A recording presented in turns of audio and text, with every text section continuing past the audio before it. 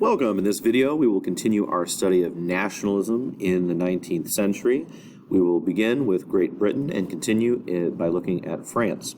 With regard to Great Britain, remember our theme of this case study is the gradual reform and Chartism. In Britain, after the Napoleonic Wars, there was something called the Corn Laws. Corn was a word for wheat, okay? And wheat you can use to make bread. And bread is among the cheapest thing available for poor people to eat and survive off of. And remember that at this time, it's in the very early days of industrialization, and in the days of the Napoleonic Wars, a lot of trade had shut down. Industrialization hadn't taken root yet, and so England was still quite agricultural. Remember, we had studied how the agricultural revolution actually led to quite a bit of food production increases in Britain. And one of the ways they responded to when the wars ended in 1815, they responded to the cheap imports of food from abroad is with classic mercantilism, or putting high tariffs on imported goods, such as a high tariff on grain or corn. This has the positive effect of propping up those who are wheat growers and in England.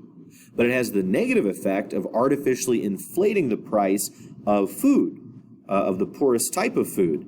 And so what you have are these anti-corn law leagues, and especially among some of the urban poor who want to strike these down, that the government is artificially making the cheapest food more expensive and causing hunger among many people. In the heart of this period, sort of the event that helps to strike this down was the Irish potato famine, which out of an island of something like 7 million people, 1 million Irish died and 1 million immigrated to the United States, which is a terrible, terrible death rate and entire poverty in Ireland. And so the idea that the government, the British government, which controlled Ireland at the time, for all of its British Isles, was artificially inflating the price of the cheapest foodstuffs at a time when people are literally starving to death for lack of food. It really struck this down. The whole point being that in this period, you had a popular movement that was moving England toward a more free trade policy to avoid mercantilism, and the Corn Laws were the chief target of that. Going on at the same time is this Chartism movement. What is the Great Charter?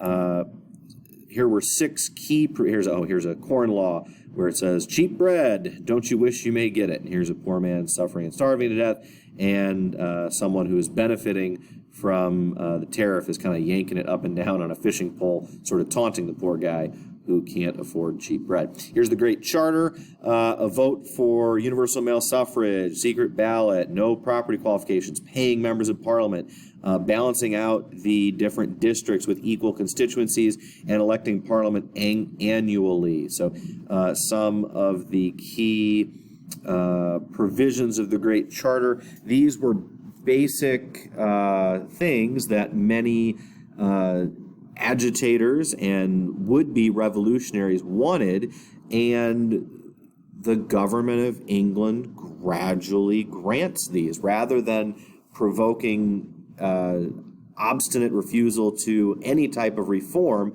the leadership, the ruling class of Britain, gradually grants more and more rights and privileges to ordinary people in England. And so unlike some of these other areas, the monarchy of England does not get overthrown. They don't provoke a revolution. When things are reaching a boiling point, they grant certain reforms that prevent any type of major revolution from happening. And so what do we see? They lower the property requirement to vote. They give it to urban workers, peasants, and women over 30.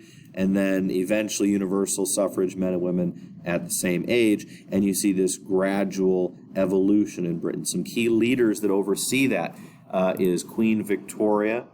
Let's see, I've got a picture of the British Empire at its height, or countries that were partially or dominated by Britain or influenced. As some would say, nearly a quarter of the land on the entire earth was claimed and occupied and had its language and laws and influenced by the British Empire, a massive portion of the world. Let's see. Some of these key leaders. Queen Victoria lived over that entire period and was queen for much of it. She is largely credited with overseeing this development of the modern British system of government.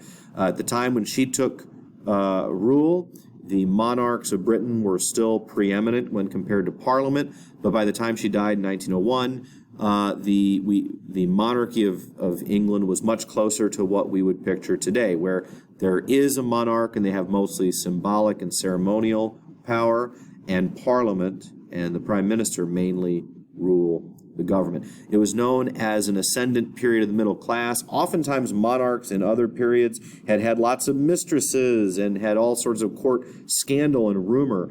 And she oversaw the period in the late 1800s to where it was even known as the Victorian Age, a period of self-discipline, virtue, relying on God's providence and self-reliance rather than indulgent court behavior like other kings had done. And then three of the most famous prime ministers of the period. The earlier one in the 1850s and 60s was Lord Palmerston, who was prime minister 2 different times. He was and at this time, party affiliation was much more fluid in England. He was a Tory and then a Whig and then eventually a liberal interventionalist.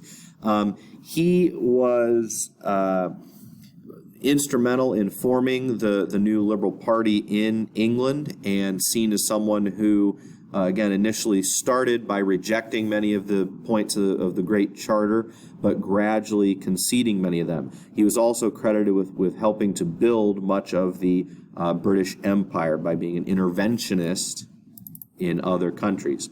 William Gladstone is the most famous of the Liberal prime ministers, who was a Tory, then a Whig, then a Liberal, and was the biggest champion of some of those key reforms. As we said, the universal male suffrage, the secret ballot, the abolishing the sale of officers' commissions, and creating university entrance exams. Maybe today we think of those as being negative, but the idea, it used to be that the way to get into university was your connections and your family connections versus university admission being based on an exam. So they were equal for all people who could pass an exam and score well, rather than only the rich or the influential. He was a disestablishmentarian when it came to the Anglican Church, wanted to disestablish the Anglican Church from being the official established religion of England, and he actually fought for Irish home rule and was a leading voice for those things. He was often opposed by the more conservative Prime Minister Benjamin Disraeli, who is the only British Prime Minister of Jewish heritage and actually became the Prime Minister. He often formed a conservative alliance among many of the working class and the old nobility, the aristocracy, against the more liberal, pro-business, pro-factory bourgeoisie. He was also very famous for being the opposition leader. So whereas Gladstone had the majority, Disraeli was the minority leader or opposition leader, and tended to pursue, rather than oppose the Great Charter, simply pursued those reforms in a more measured, modest way. Now, this is in contrast to France. In France, we will see a series of smaller revolutions, not like the big one in 1789, but some other ones. When Napoleon is exiled, finally, in 1815 and sent away to the island of St. Helena, you had that you have a broad political spectrum. You don't have a narrow consensus in the middle. You have a broad spectrum. You have those that want full-blown revolution to the height of the revolution like they had. You have those that want Napoleon back. You have those that want some democracy. You have those that want the old Bourbons restored, and that is what happened. The Bourbons were restored in the person of Louis XVIII, and then he was succeeded by Charles X, and trying to restore the old regime, the absolute monarchy of France. But in 1830, and this is a revolution called the July Revolution, broke out. This is actually the revolution that the musical Les Miserables is about. It's not actually the bigger one in 1848. It's not about the real big one in 89.